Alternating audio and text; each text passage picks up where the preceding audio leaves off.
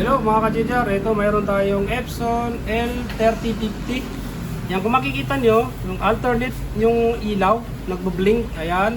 Tapos, nag-stop na siya mag-print na hindi na rin maka-photocopy, hindi na rin makapag-scan.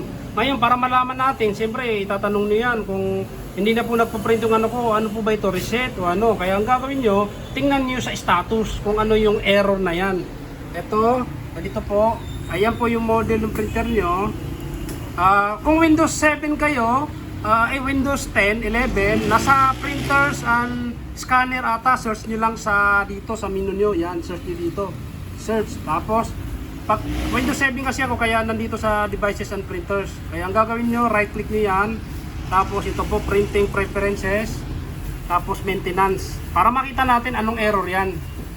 Ayan, status. Ayan, kapag yan ang error, ibig sabihin reset.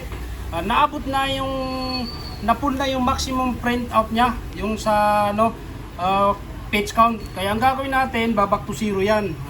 I-reset natin. Gagamit tayo ng tools. Kaya ito, i-close na natin.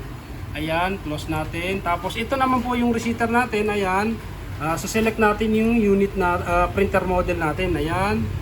Tapos lalagyan natin to ng euro. Yan. Tapos sa ano, pipili natin yung model natin, USB port. Ayan. Tapos okay. Tapos dito tayo, adjustment mode. Twist ink pad counter, yan yung i-reset natin yung ano, maximum page count. Kaya ito, check muna natin. Tingnan natin kung puno na nga. Check muna natin. Yan. Ayan, 100%. Tapos ito yung max, tapos ito yung na-print natin, kaya talagang magpo-blink na yan. Yan gagawin natin, i-back to zero natin yan, i-check natin to ulit.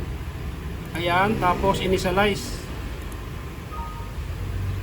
Ayan, tapos yan, magpapaturn no, para parang i-restart yung printer. Ayan, pupunta tayo sa printer ngayon, o-off natin.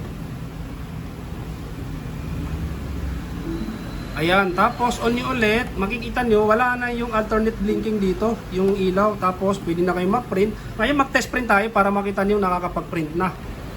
Ngayon kung halimbawa po, gagamit kayo ng resetter, kailangan po kung Windows 10 kayo or 11, turn off nyo muna yung Windows Defender kasi binablock po yung mga resetter natin ng mga antivirus na yan.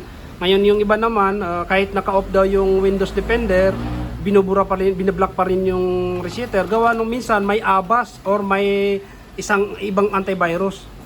Ayan po, nakakapag-print na. Ayan, okay naman, malinaw na, kaya all goods na. Kaya yun, huwag niyo pong kalimutan i-turn off bago niyo i-run yung ano, resetter tools natin. Ayan, turn off lang po siya para dire-diretso na. Kaya yun, maraming salamat po.